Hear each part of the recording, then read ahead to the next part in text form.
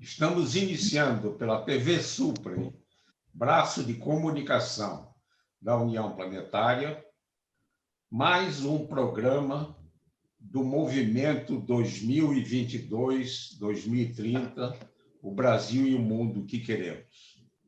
E hoje teremos um painel intitulado Soberania das Vacinas. Teremos a oportunidade de ouvir 4 especialistas no tema. Os professores Jorge Elias Calil Filho, o professor Célio Lopes e Silva, o professor Marco Aurélio Krieger e o professor Ricardo Tosti Gazinelli. A pandemia da Covid-19 que a humanidade está enfrentando desenvolveu a ciência em tempo recorde várias vacinas para enfrentar essa pandemia. No entanto, a produção de vacinas não está atendendo à demanda planetária.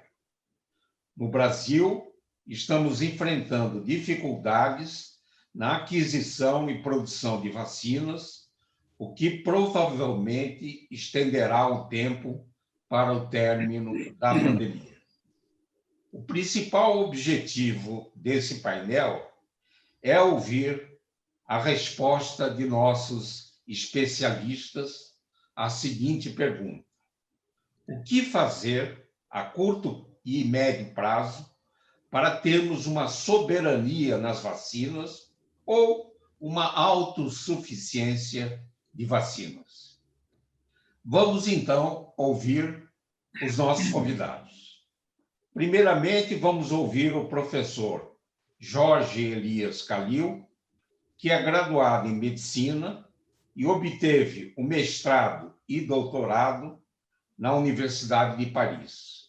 Foi diretor do Instituto Butantan, é pesquisador 1A do CNPq e é professor titular de Imunologia Clínica e Alergia da Faculdade de Medicina da Universidade de São Paulo e atualmente dirige o Laboratório de Imunologia do Instituto do Coração da Faculdade de Medicina da USP, onde lidera um grupo que está desenvolvendo vacinas para a Covid-19. Professor Jorge Calil, seja bem-vindo e está com a palavra. Muito obrigado, Isaac, muito obrigado pelo convite, pela deferência. É um prazer estar aqui para discutir assunto tão relevante para o nosso país.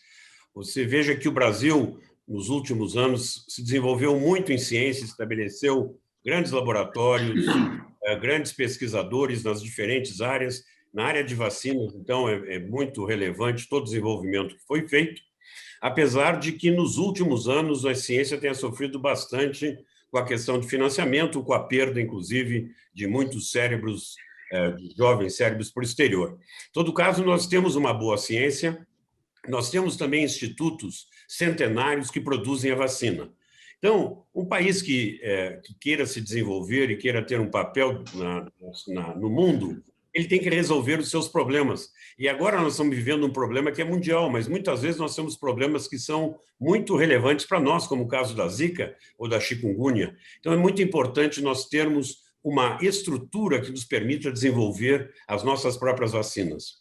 Não é só produzir, não é só descobrir. E nós ficamos muitas vezes entre descobrir e produzir no que a gente chama de vale da morte, ou seja, como que uma ideia relevante que a gente obtenha e faça uma descoberta do novo produto vacinal, como é que isso chega até o final. Para isso, nós temos que ultrapassar uma área muito grande de desenvolvimento industrial, de desenvolvimento técnico-científico, para mostrar não só que essa vacina funciona não somente no animal de laboratório, mas que ele seja útil para a população e que, do ponto de vista industrial, ele pode ser feito em grandes quantidades para atender a população. Então, neste caso da Covid, existem vários grupos no Brasil que estão trabalhando muito ativamente no desenvolvimento de vacinas, ideias novas que saem do comum e que deverão chegar até a produção. E, para isso, tem que haver apoio. Apoio, sim, público, apoio também privado. O que eu acho que é o mais importante é que a sociedade brasileira acredite nos seus valores e que acredite no apoio aos pesquisadores brasileiros, à ciência brasileira, que acredite que nós podemos resolver o problema como podemos e dar as condições para que a gente trabalhe. Então, fundamentalmente, o que nós precisamos neste momento são recursos para que esses projetos, que são projetos relevantes, importantes e factíveis, cheguem até as fases clínicas e a gente prove que funcionem e que a gente consiga fazer com que as unidades produtoras, no caso Butantan, ou Fundação Oswaldo Cruz, ou mesmo laboratórios privados brasileiros, possam resolver produzir em quantidade suficiente para o Brasil e, caso haja mutações que sejam relevantes para o Brasil, que a gente possa adaptar às necessidades nacionais, o que é fundamental também. E que a gente tenha quantidades suficientes para o Brasil, que a gente não fique dependendo que outros façam a vacina e nos exportem. Então, as minhas primeiras considerações podem ficar por aí, Isaac. Muito obrigado, professor Jorge Calil. O nosso segundo convidado é o professor Célio Lopes da Silva, que é graduado em farmácia e mestre e doutor em bioquímica e livre-docente da Universidade de São Paulo. É sócio fundador da empresa Farmacore Biotecnologia Limitada e que tem plataformas tecnológicas baseadas em plasmídios, DNA, RNA mensageiro, proteínas recombinantes e vacinas inativadas para pesquisa, desenvolvimento e inovação. É professor titular de Imunologia e Biotecnologia da Faculdade de Medicina da Universidade de São Paulo, no campus de Rio Preto. Professor Célio, a palavra é sua.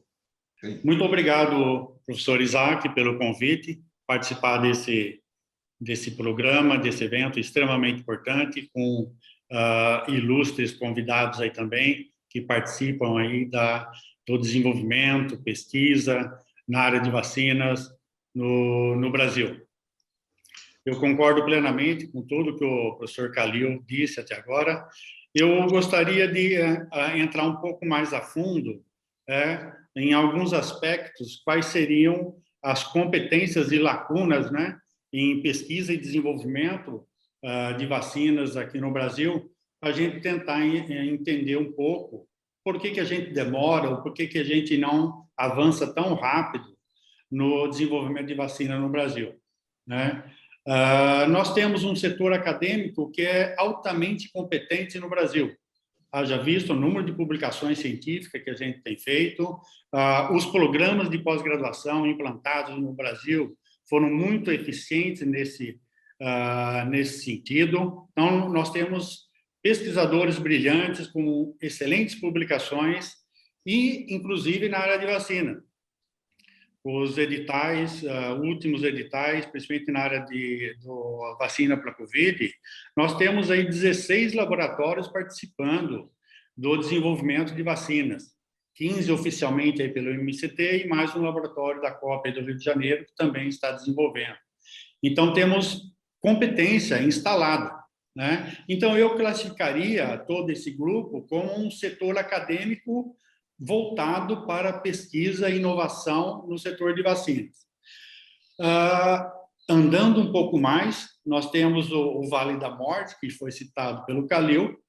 Eu vou voltar a esse ponto daqui a pouco. E, pulando esse setor, nós temos um setor de pesquisa clínica na área de vacina que é altamente competente. Haja visto os resultados dos estudos clínicos que foram executados na área de Covid e em outras vacinas também. E temos o setor produtivo. Temos o setor produtivo estatal, que aí é representado principalmente por Biomanguinhos, Fiocruz e o Instituto Butantan, que são altamente competentes e suprem praticamente o mercado nacional na produção de vacinas.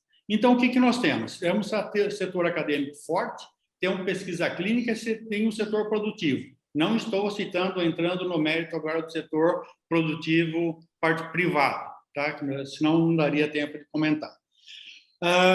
Então, o que a gente precisa implementar agora seria esse Vale da Morte que nós temos, que eu classificaria com 2 pontos principais. Uma seria a instalação de laboratórios de boas práticas laboratoriais. Então, isso é essencial que seja implantado no Brasil. Uma parte desse laboratório, desse conjunto de laboratórios, nós já temos instalado lá com o professor Calixto, que faz os estudos de toxicologia. Então, mas a gente precisa complementar esses laboratórios de boas práticas laboratoriais para executar também todos os testes de imunogenicidade, eficácia vacinal, e tudo dentro das normas regulatórias. Se a gente tivesse esse laboratório, a gente conseguiria andar um pouco mais rápido nesse setor. E a gente também, associado, precisa ter um laboratório de produção de lotes pilotos em boas práticas de fabricação, que a gente possa andar rápido também. Então, são 2 entidades importantes que nós temos que estabelecer nesse Brasil. Laboratórios de boas práticas laboratoriais, principalmente para a parte de imunogenicidade, eficácia vacinal. Os testes de toxicidade já estão mais ou menos estabelecidos, se bem que a gente precisa também para outros animais também, tipo macacos e outros animais, tá? E os laboratórios de produção dos lotes pilotos. Então, isso seria extremamente importante. Mas a gente precisaria mudar também o conceito das pesquisas acadêmicas que estão sendo efetuadas no início dos estudos de vacina, que seria na área acadêmica, né?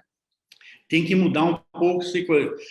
A gente tem que ser... nós temos pesquisadores brilhantes, já falei que na área de Covid temos 16 laboratórios com pesquisadores altamente competentes, mas a gente precisa fazer essa prova de conceito muito rápido e fazer o desenho do protótipo muito rapidamente. Esse protótipo tem que sair de forma rápida, para que a gente seja competitivo, tanto o antígeno vacinal quanto o carreador ou adjuvante. Tendo o protótipo vacinal, a gente tem que andar um pouco mais e fazer uma pesquisa de patente, para ver se a gente não vai ter problema depois na transferência de tecnologia, e a gente pegar parceiros também no setor empresarial. Então, fazer uma pesquisa de patente bem profunda, e aí ver quais são os conflitos de interesse e coisa. Muitos pesquisadores, por exemplo, pegam um vetor, simplesmente faz todas as clonagens, e ele simplesmente não pode usar esse vetor, porque ou ele é comercial, ou ele é protegido por patente. Então, precisa analisar muito bem esses conflitos de interesse. Tendo essa análise, depositar uma patente provisória, isso nós fizemos, é possível, só com a ideia, você nem precisa ter dados. Deposita nos Estados Unidos uma patente provisória. Nós fizemos isso há 4 meses atrás. Tá? Então, aí você fica livre, você pode publicar os seus trabalhos na área acadêmica sem problema nenhum. Então, isso é uma coisa que falta também. Aí, você tendo o protótipo, tendo sua patente depositada, ou a provisória, você passa a fazer um plano de viabilidade técnica, econômica e comercial. Como é que se faz isso? Pega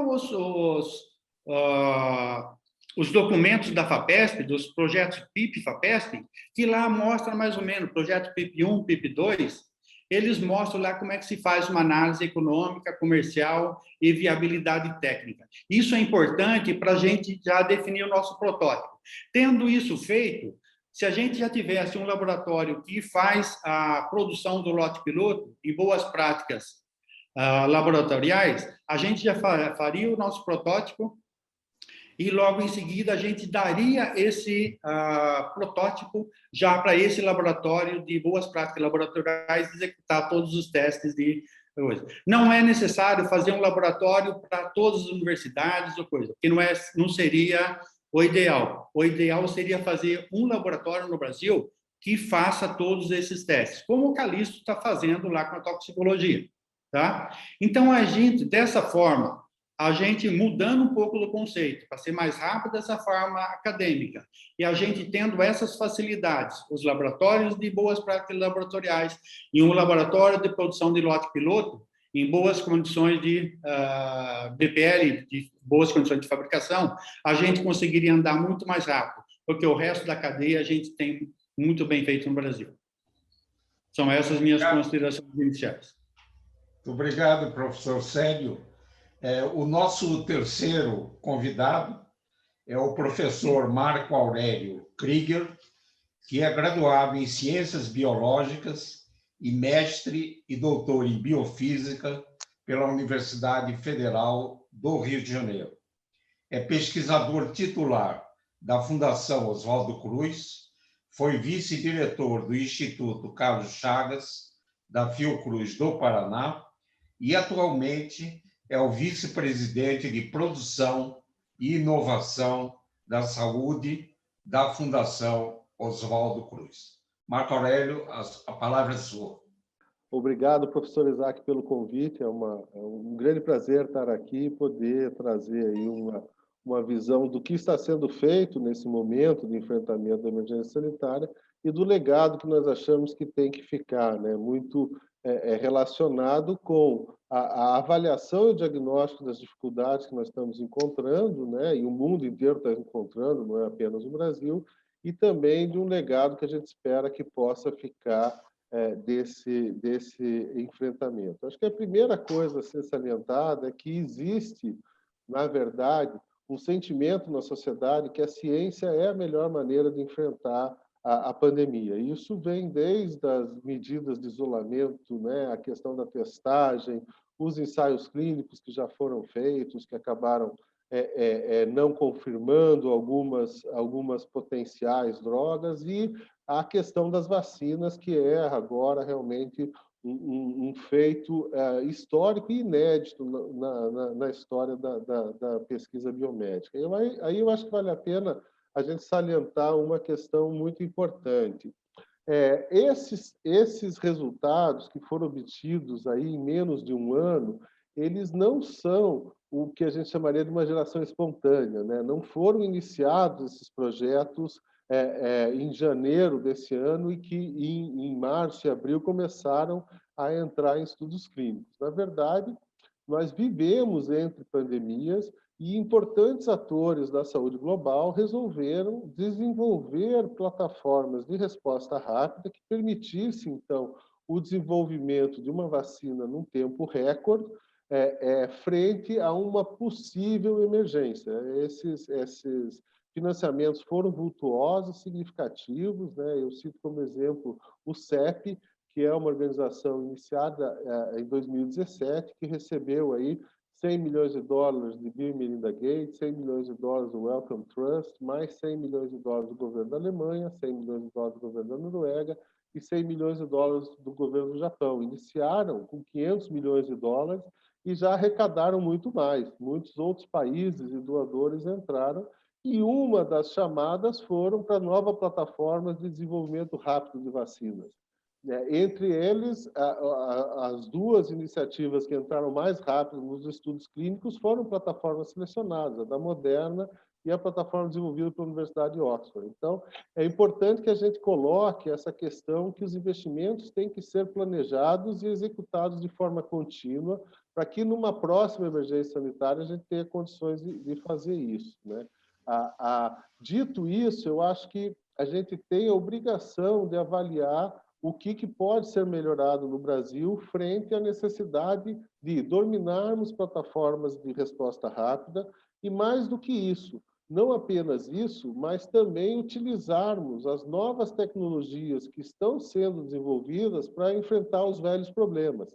Na verdade, nós estamos vivenciando, com esse enfrentamento da pandemia, novas plataformas tecnológicas, como as vacinas de ácidos nucleicos, né, vacina de RNA, não tinha nenhum produto registrado, os próprios vetores virais eram plataformas que tinham uma vacina experimental para ebola, quanto a novas formulações e adjuvantes que têm, nos últimos anos, revolucionado o campo, não só da vacina, mas da imunoterapia em geral, né? Nós temos que pensar que nesse campo também é um campo que nós temos as vacinas terapêuticas que podem ser utilizadas para diferentes condições, não necessariamente as infecto-contagiosas. Então, eu acho que nós temos que aproveitar e estabelecer no Brasil essas competências, né? Eu vou, em algumas falas, né, eu vou trazer talvez algumas informações que nem todos conheçam, mas, por exemplo, nós estamos na Fiocruz inaugurando agora, em abril, uma planta protótipo para a produção de lotes para a clinical trials, né? Tanto de lotes de produtos biológicos, anticorpos monoclonais, proteínas terapêuticas, quanto vacinas. E isso é com o único objetivo de produzir os lotes clínicos de injetáveis que estarão à disposição do Sistema de Inovação em Saúde do Brasil. É claro que nós temos os nossos projetos na Fiocruz, mas nós também entendemos que essa infraestrutura tem que atender ao Sistema de Inovação em Saúde, que é uma inovação um pouco distinta da inovação em outros campos, né? A gente pode ter aí uma inovação, por exemplo, na tecnologia da informação, que um aluno de segundo ano pode inventar um novo aplicativo e ganhar o mundo. No campo da saúde, nós precisamos realmente passar por uma série de avaliações técnicas de produção, de avaliações clínicas que não necessariamente podem ser feitas por uma única equipe. Então, acho que o mais importante é a gente buscar a conexão tecnológica desse Vale da Morte que foi comentado, né? Não só na infraestrutura, que eu tenho a impressão que nós estaremos no Brasil aí em condições muito adequadas no futuro próximo, né? Já foi mencionado o centro do professor Calixto, nós temos aí uma planta protótipo BPF para a produção de injetáveis e estamos também inaugurando um laboratório para o desenvolvimento do processo. Porque você fazer a produção do biológico na bancada é uma coisa, você ocupar uma indústria é outra. Você gastar o tempo numa área limpa para fazer isso é muito caro. Então, nós também vamos ter uma área BPL para desenvolvimento do processo, uma área BPF para produção de clinical trials à disposição da sociedade brasileira já a partir aí desse primeiro semestre, né? A área vai receber o CTO da Anvisa. E acho que, com isso, a gente tem que pensar agora na densidade tecnológica dos projetos que nós queremos apoiar. Acho que é o momento da gente realmente pensar em articular a excelente ciência que nós temos, um sistema único de saúde que é um grande impulsionador da inovação no mundo e que tem conseguido, né, manter instituições como o Butantan e a Fiocruz produzindo importantes recursos para a sociedade brasileira. Nós temos que articular que na nossa lista de produtos, esses produtos venham mais do desenvolvimento tecnológico nacional do que da transferência de tecnologia. Não vamos fechar as portas para a interação com o mundo, é muito importante nesse campo, mas nos últimos anos nós introduzimos aí, pelo menos na Fiocruz, mais de 2 dezenas de produtos e menos de 10% deles foram desenvolvidos no Brasil. Nós temos que buscar um mecanismo de transformar o conhecimento gerado nos nossos laboratórios em benefício para a sociedade brasileira. O nosso quarto convidado é o professor Ricardo Tostes Gazinelli, que é graduado em Medicina Veterinária e doutor em Bioquímica e Imunologia pela Universidade Federal de Minas Gerais. É pesquisador 1A do CNPq e é coordenador do Instituto Nacional de Ciência e Tecnologia de Vacinas. É professor e pesquisador da Universidade Federal de Minas Gerais e da Fiocruz de Minas Gerais, onde lidera projetos de desenvolvimento de vacinas para a Covid-19. E, atualmente, é o presidente da Sociedade Brasileira de Imunologia. Ricardo, a palavra é sua. Bom, eu gostaria de começar agradecendo o professor Isaac Reutemann pelo convite e dizer que é um prazer estar aqui com os colegas Célio Silva, Jorge Calil e o Marco Krieger. Muito do que se podia falar já foi dito, então eu gostaria um pouco de enfatizar 3 tópicos distintos, que seria é a ação da nossa comunidade científica no enfrentamento de epidemias e pandemias. O 2 seria voltar um pouco na questão do Vale da Morte, e o terceiro é falar sobre a política de financiamento à pesquisa no Brasil, de alguns pontos importantes. Então, para começar, eu acho que eu gostaria de salientar a resposta que a comunidade científica do Brasil deu à epidemia do Zika e está dando agora na pandemia. Então, foi notório que respondeu rapidamente na época do Zika, inclusive deu contribuições muito importantes na área de patogênese, desenvolvimento clínico e combate. Foi descoberto no Brasil vários efeitos do vírus Zika, e isso foi extremamente relevante. Contribuíram com várias pesquisas, modelo animal para estudar a Zika, e por aí foi epidemiologia e vários aspectos distintos. Agora, na Covid-19, nós também assistimos, por exemplo, o uso de anticoagulante no tratamento dos casos graves foi praticamente desenvolvido no Brasil, né? Identificado a importância no Brasil. Temos os grupos já mencionados trabalhando em vacinas para a Covid-19.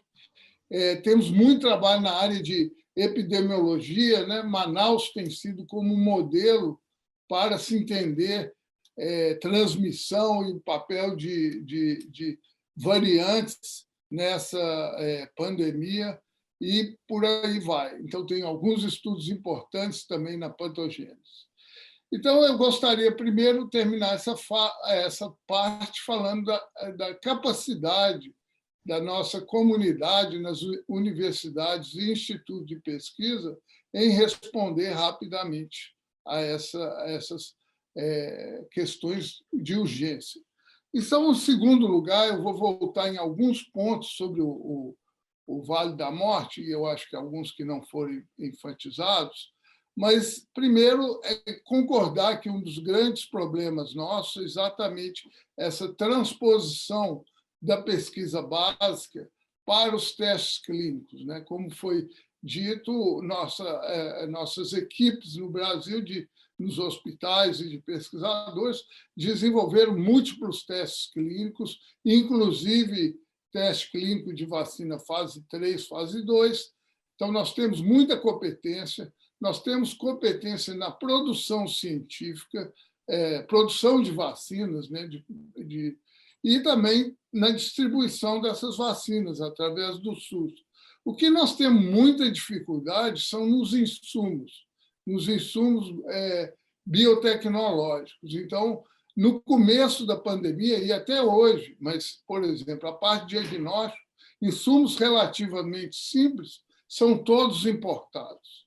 Então, inclusive a Rede Vírus do Ministério de Ciência, Tecnologia e Inovação está batendo um pouco nessa tecla.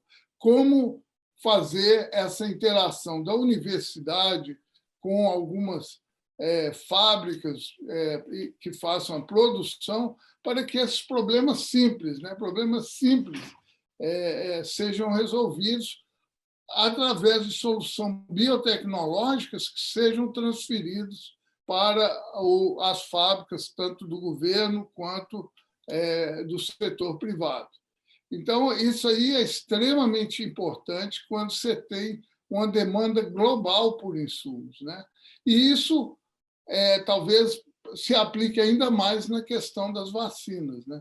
Então, o Brasil, obviamente, nós temos que salientar a importância tanto do Instituto Butantan quanto de Biomanguinhos na produção, todas as vacinas distribuídas, grande parte, né, a maior parte das vacinas distribuídas no plano de imunização nacional são produzidos por essas fábricas do governo. Porém, o Brasil não tem inovação na área de vacina, considerando inovação tecnológica que foi para o mercado ou que foi distribuído na sociedade. e isso é muito devido a esse Vale da Morte. Parece que a Fiocruz está apresentando aí, vai ter um espaço para alguma dessas atividades, mas me parece que o Brasil precisa mais do que isso, precisa de ter alguns grupos trabalhando com isso para ajudar a transferência da universidade para tanto para o setor privado quanto para o setor governamental.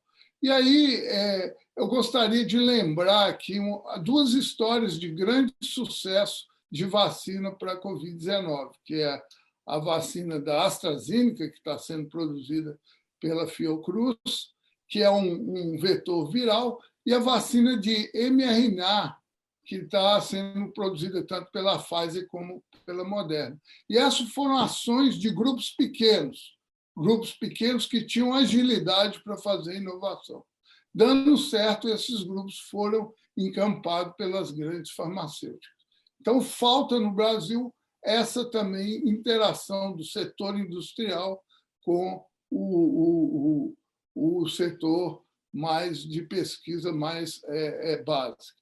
E, finalmente, então, eu gostaria de dizer, eu vou ser rápido agora, que meu tempo já deve ter acabado, mas é a questão do financiamento de pesquisa. O Brasil precisa de uma política de Estado para o financiamento de pesquisa. Ela não pode variar de governo para governo. E, dentro dessa perspectiva, nós temos agora uma questão que está sendo avaliada no Congresso, que é o financiamento do Fundo Nacional de Desenvolvimento de Ciência e Tecnologia, o FNDCT. E ele foi aprovado tanto pelo Congresso quanto pelo Senado, mas recebeu veto na presidência. E hoje há um movimento grande para que esses vetos sejam derrubados. Então, a comunidade, a nossa sociedade como um todo, deve compartilhar dessa ideia e deve se manifestar para que esses vetos sejam derrubados. E isso vai permitir, então, que talvez seja estabelecida uma política de Estado para a ciência e tecnologia que vai nos preparar, vai nos deixar atuando de forma contínua para o futuro do país. Muito obrigado, Ricardo Gazinelli, pelas suas mensagens. Eu acho que os nossos convidados fizeram uma abordagem bastante ampla dentro dessa reflexão sobre vacinas, né? O professor Kalil ele destacou que temos competência científica, que temos recursos humanos, sem os quais a gente não poderia pensar em nada, né? O professor Célio deu assim uma rápida abordagem dos passos para o desenvolvimento de vacinas, né?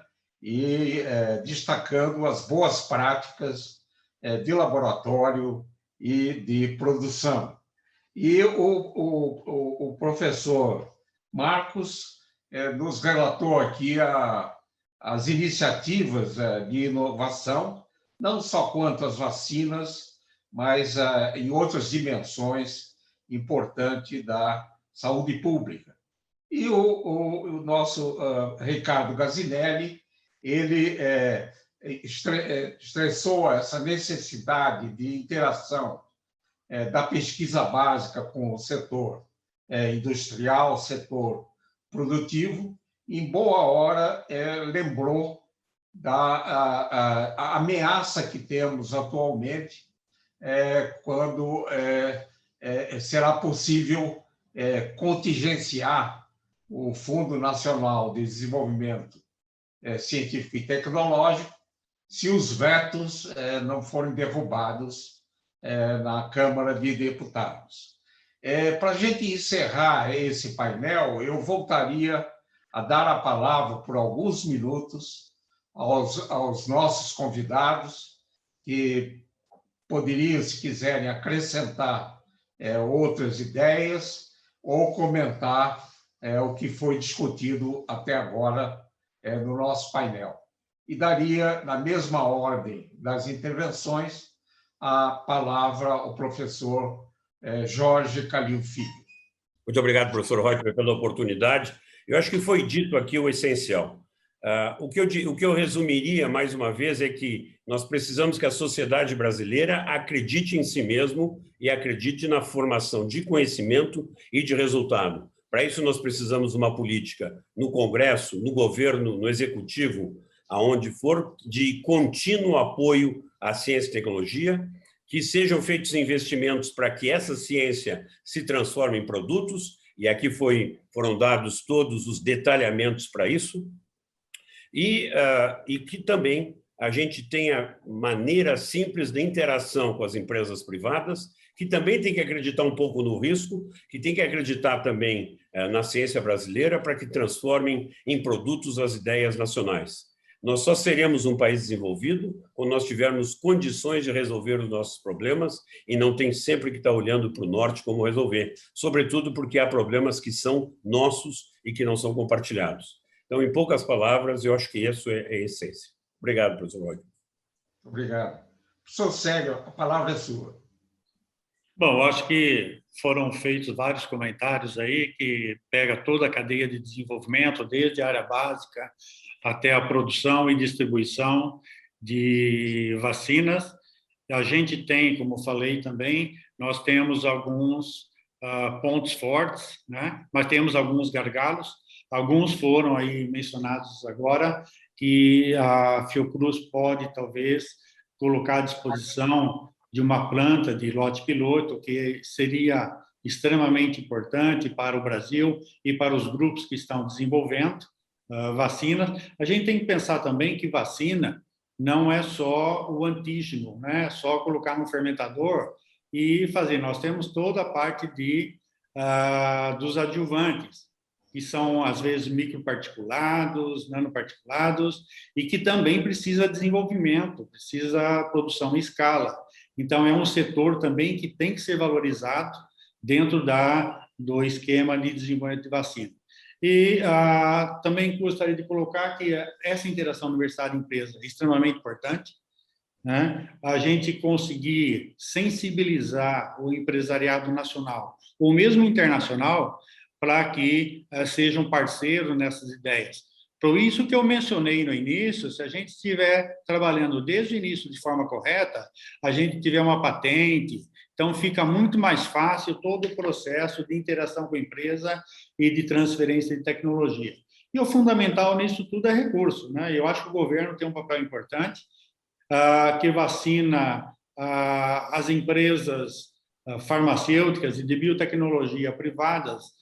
Elas não têm tanto interesse em vacinas, têm mais interesse em produtos oncológicos e produtos desse tipo, que dá muito mais vantagens econômicas, né?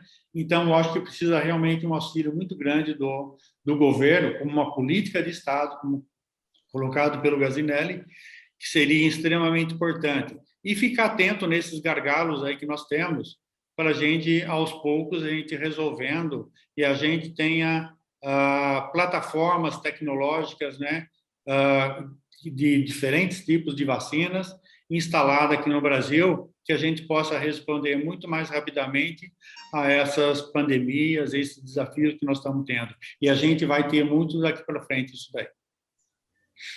Muito obrigado, professor Célio. Professor Marco Aurélio. Eu comecei a minha fala anterior salientando a importância, né, que a sociedade brasileira tem dado à utilização do conhecimento científico no enfrentamento da pandemia. Eu acho que um outro ponto que também vai ficar com um legado, talvez da mesma dimensão, é a importância do fortalecimento do que nós chamamos de complexo econômico industrial da saúde. Quer dizer, nós precisamos ter a capacidade da produção local para não ficarmos dependendo de importações, desde máscara, respiradores, kits de diagnóstico, plásticos e vacinas, né? Nós precisamos realmente rever e ter uma política que ande no mesmo nível do desenvolvimento tecnológico, mas do investimento no complexo.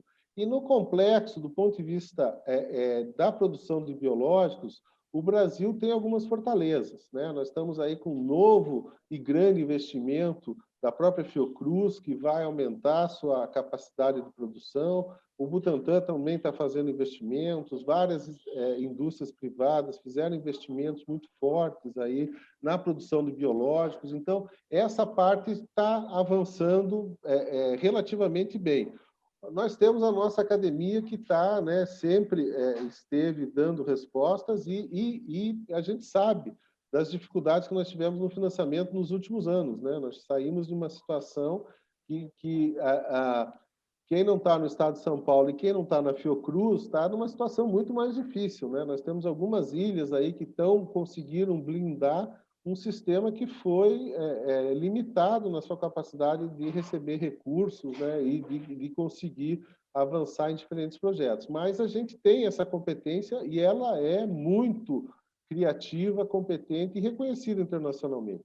E o que nós estávamos falando aqui não é apenas de uma infraestrutura. Eu acho que o que a gente precisa é uma articulação, porque não dá para o pesquisador que fez a grande descoberta ser o responsável pelo desenvolvimento da produção em escala. Isso é uma outra competência que tem que receber o conhecimento do pesquisador, mas tem que agregar um conhecimento que não é o mesmo de quem teve a ideia e quem gerou uma prova de conceito.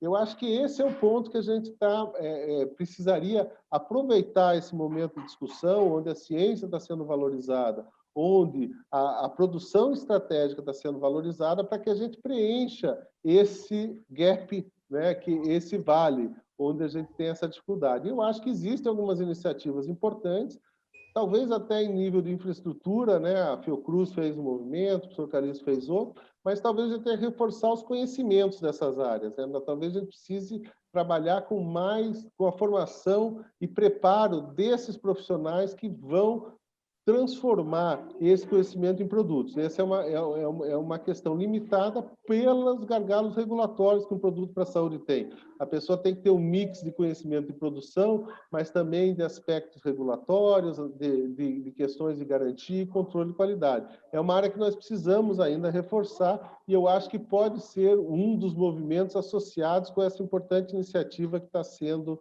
articulada nesse momento. Obrigado, Marco Aurélio. E professor Ricardo Gazinelli.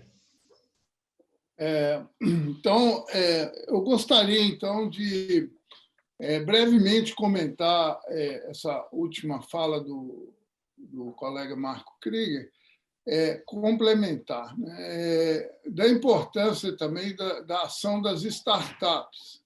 Eu acho que isso é o que nós assistimos no mundo inteiro.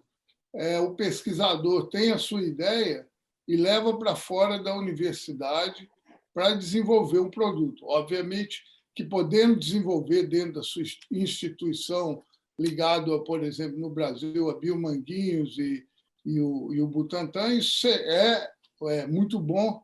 Eu acho que essa interação é muito importante e saudável. Mas nós não devemos perder a perspectiva que, no mundo inteiro, hoje, o pesquisador ele é, ao mesmo tempo, um pesquisador e um empresário.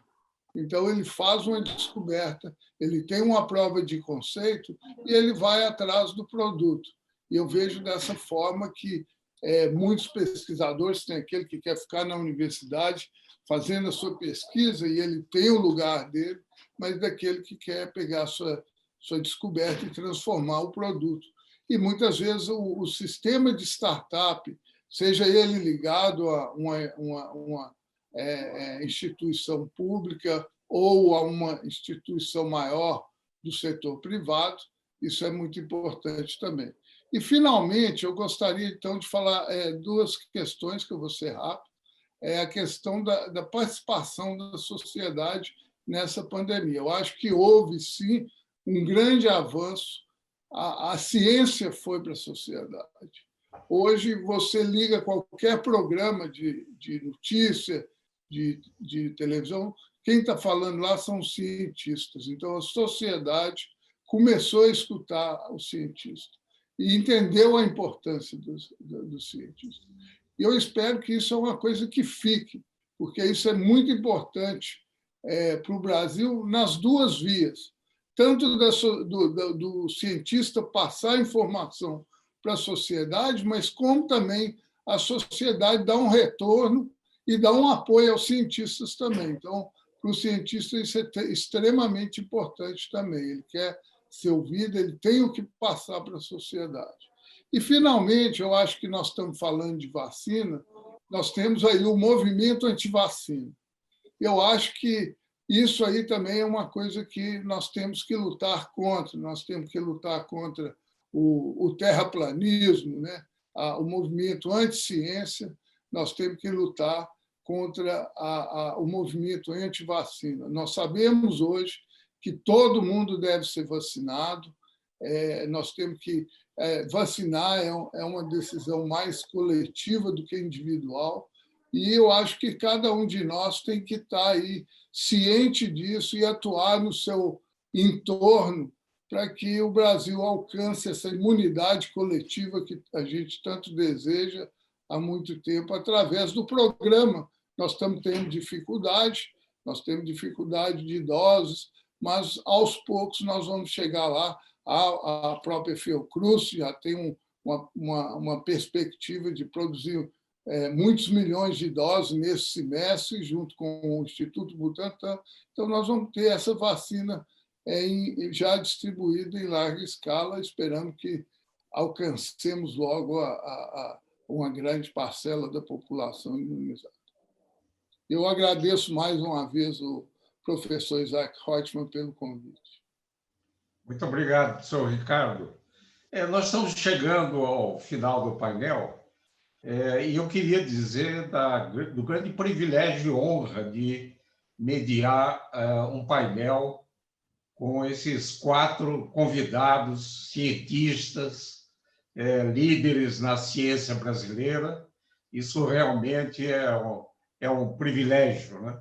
Eu acho que talvez a gente possa ter uma sequela positiva da pandemia da Covid-19, que é o reconhecimento da ciência pela sociedade.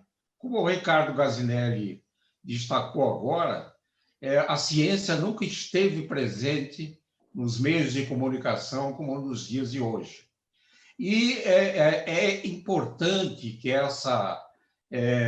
esse ambiente, né, de divulgação científica seja permanente, porque só teremos uma política de Estado para a ciência e tecnologia quando a sociedade reconhecer a importância da ciência, não só para enfrentar uma pandemia, mas também para definir os rumos do modelo econômico do futuro.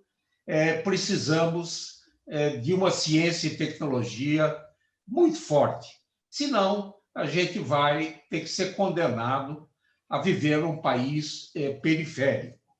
Eu espero que o Vale da Morte, que foi mencionado por todos os convidados, seja uma metáfora que fique na história, que a gente consiga colocar à disposição da sociedade os conhecimentos da ciência. E agradeço novamente a participação do professor Jorge Calil Filho, do professor Célio Lopes Silva, professor Marco Aurélio Krieger e do professor Ricardo Tosti Gazinelli. Esse e outros programas do Movimento 2022-2030, o Brasil e o Mundo que Queremos, podem ser acessados no canal YouTube da TV Supre. Gostaria de agradecer imensamente a atenção daqueles que estiveram conosco e voltaremos a nos encontrar em uma próxima oportunidade. Até lá!